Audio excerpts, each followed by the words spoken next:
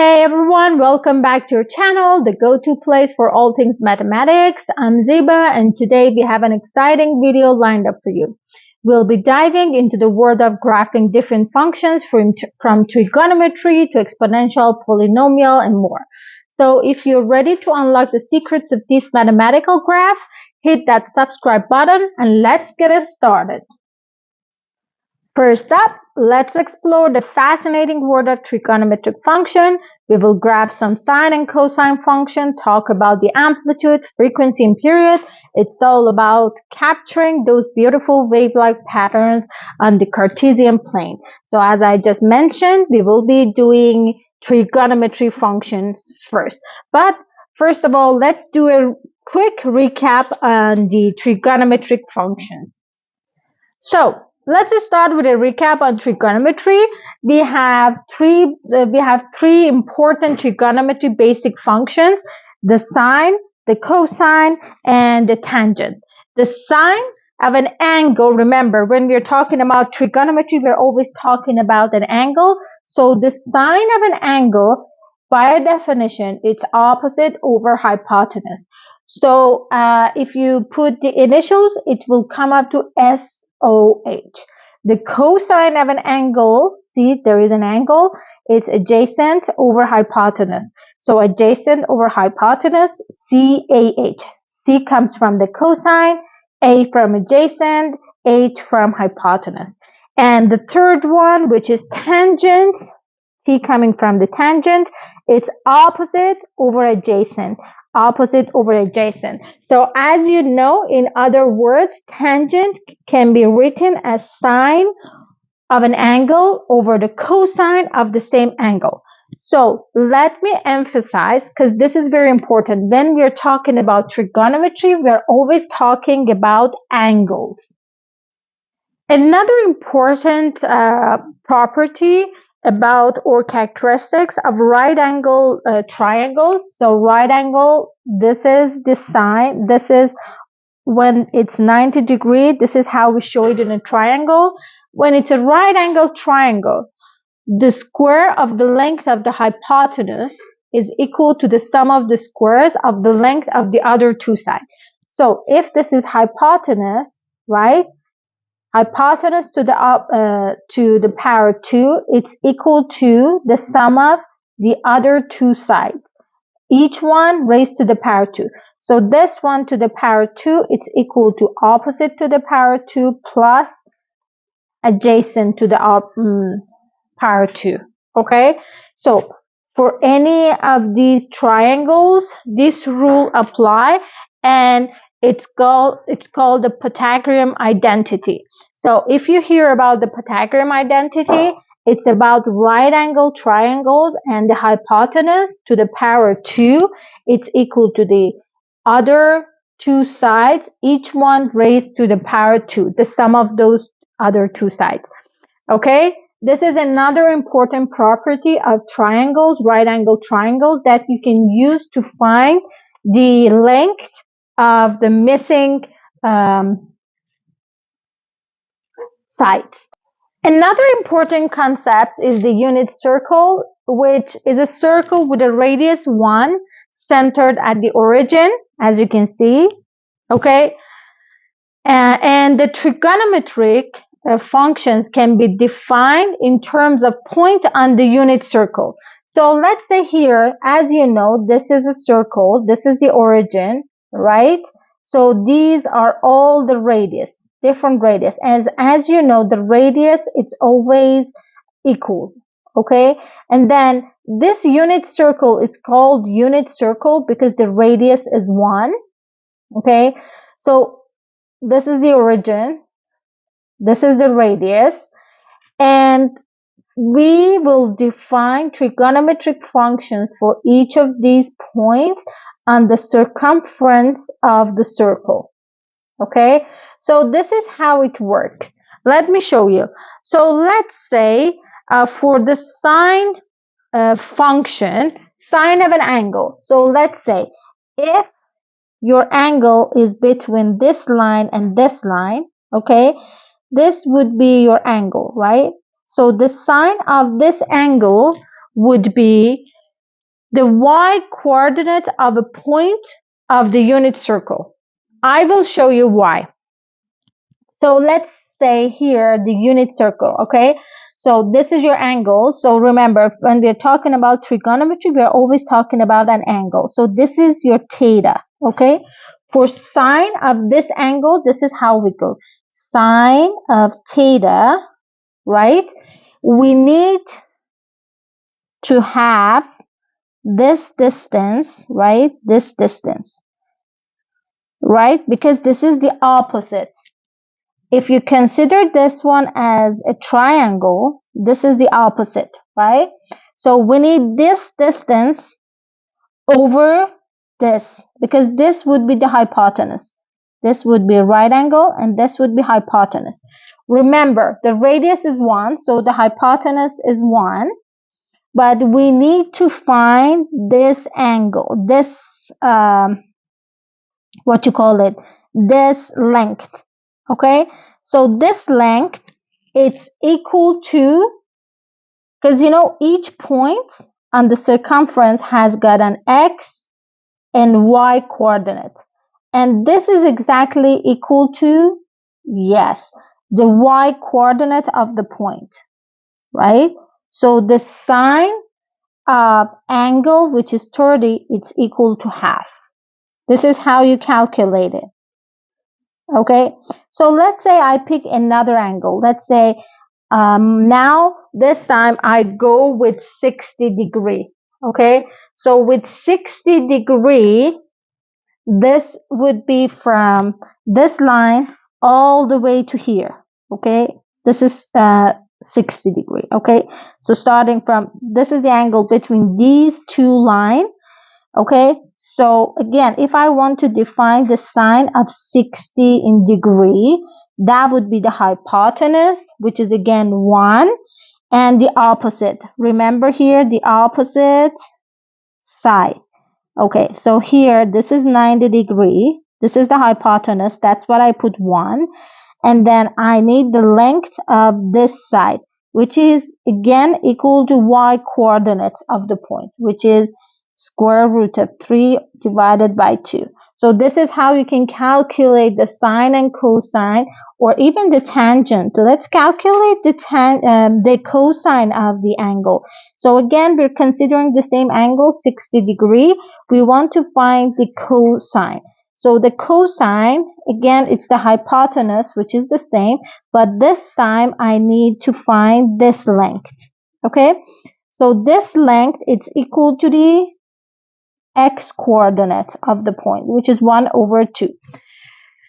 If you need to know more about the unit circle and how to calculate the different basic function values, you can refer to my video, which has already been posted.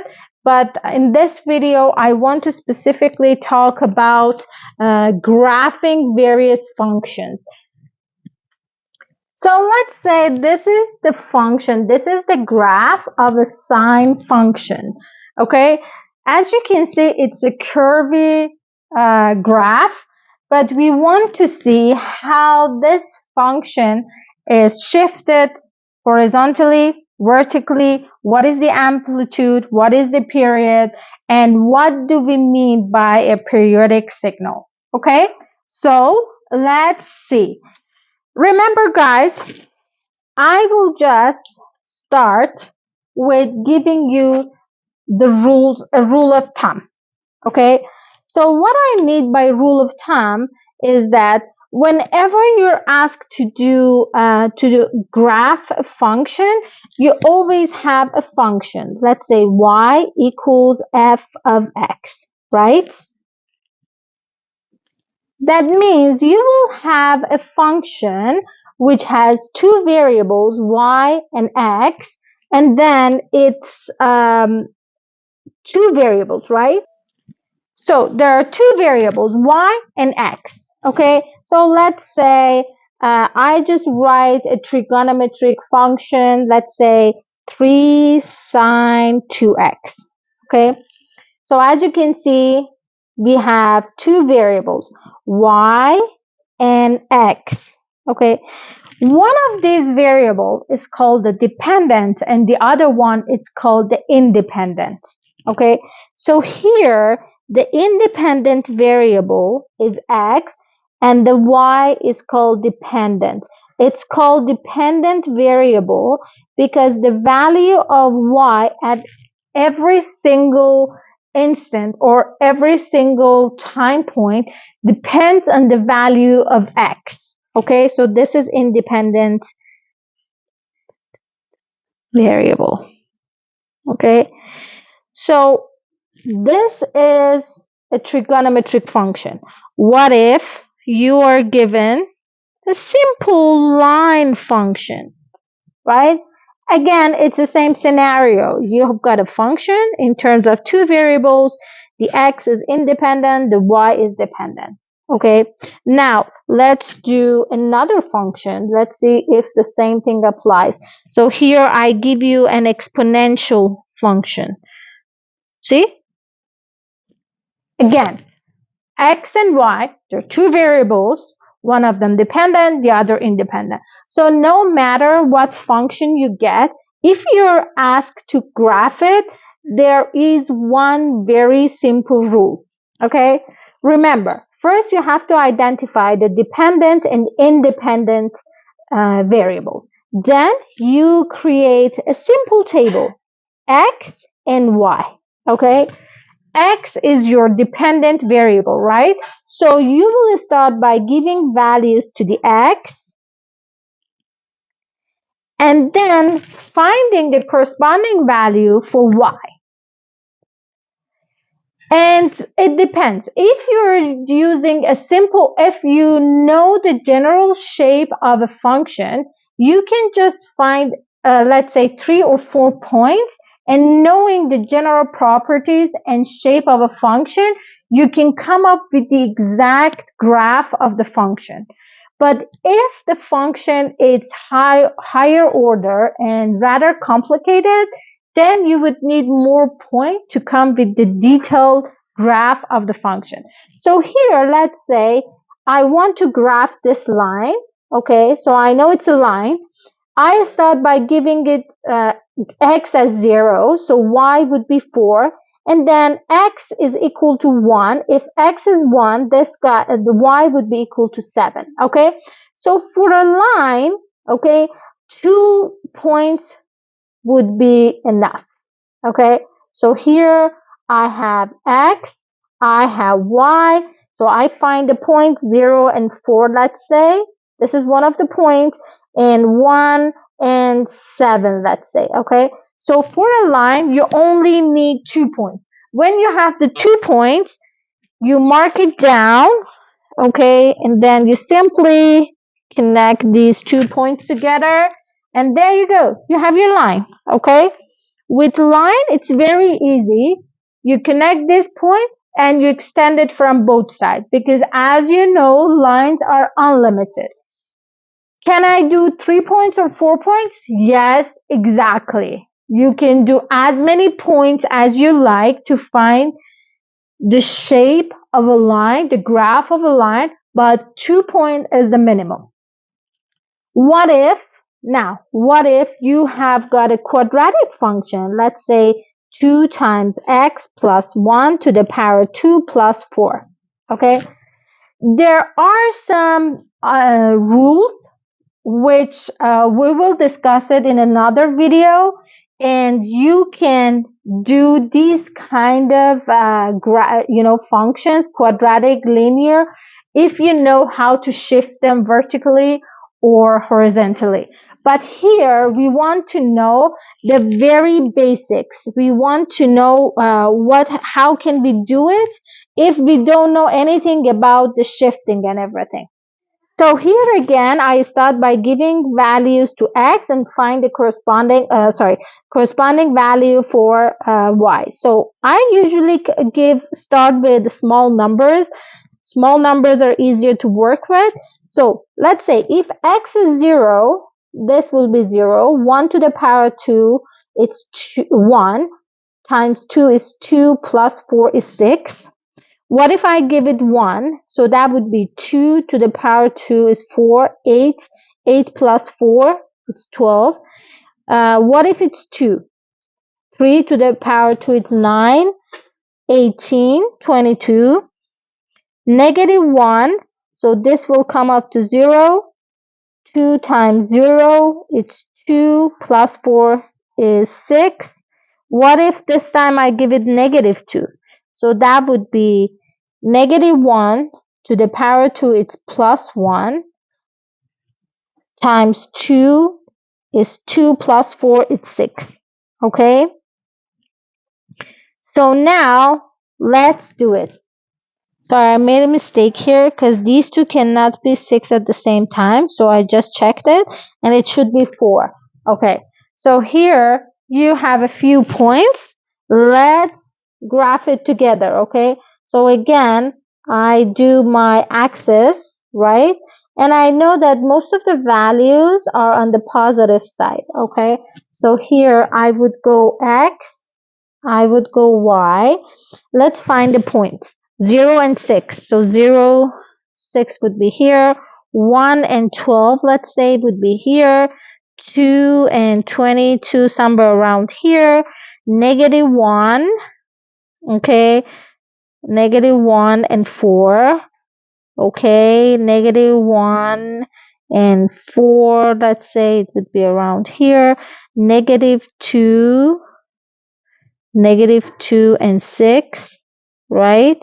So as you can see from the graph, okay, negative 1 and 4, okay. So as you can see from the graph, it will, these points would be symmetrical. This is the general shape of a quadratic. It wouldn't be perfect because, my paper, it's not an engineering paper, but you have the general shape. If you want the exact shape, you have to use a perfect engineering paper. So this is the general rules of thumbs, right? When you want to graph a function, you have X and Y, you give the values to the independent variable, and you find the corresponding value for the dependent variable. Then you put it on the X and Y, connect it together, and there you go. Okay, but let's do a little bit more detailed and see how the general shape of various functions looks like. So as I just mentioned, this is a general shape of a sine. As you can see here, we have X and Y. X is the independent, this is dependent, this is your function. So when we talk about the trigonometric function, the only difference is instead of using X as 0, 1, 2, we usually talk about angles, right? So we usually talk about 30 degrees, 60 degree, and 90 degree. If you look at the X axis, this is how it goes. So the number in brown, it's degree, and the number on top is the corresponding radian value, right? So just to give you a recap, which about the degree and radian. Remember, guys, that a circle, okay, it's always 360 degree, okay, and it's equal to 2 pi in radian, okay. 360 degree, it's equal to 2 pi. This is the easiest you can remember. So it's a circle, all of you know that it's 360 degree, and it's equal to 2 pi. So if you divide both sides by 2, you would get 180 degree equals to pi, right? Okay, so we talked about the two different methods of measuring the angle. One of them is degree, the brown one, and the other one is degree. To do a quick recap, for those of you who need a reminder, this is your circle, unit circle. So we know that each circle is 360 in degree, which is equal to 2 pi, right? 360 is equal to 2 pi. So you can easily divide both sides by 2. You would have 180 degree, it's equal to pi. Or if you want to divide it further, you would have 90 degree, right? This is 90, equal to pi divided by 2, okay?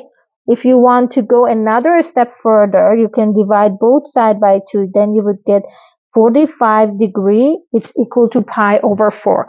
So depending on the textbook you're using, you could see any of these values. It's all the same thing because, you can always, when you have an equal sign, you can divide both sides by the same number. Okay, so this is how you can convert degree to radian. Let's do one of these. So 90 degree, as you can see here, 90 degrees equal to pi divided by 2. 180, okay, 180, it's equal to pi. Okay, and this is how it goes. So for the trigonometric function, these are the angles we use. So 0, 30, 60, 90, 180, 270, and 360. Okay, and then I want you to pay attention to the general shape as well. So here you have the general shape, but you will see later that sometimes this graph will be either shifted upward, downward, or it will be squeezed. So this is the general formula of a trigonometry basic functions. You would have the function in terms of x. You can see it's in terms of x. So this trig function can be sine, cosine, tangent. So it could be anything. So the number in front of the function, which could be positive, negative, fraction or whatever, it's called the amplitude. And then this number in front of the x and in front of your independent variable, it has to do with the phase shift. I will show you how it works. And then this number is called the vertical shift.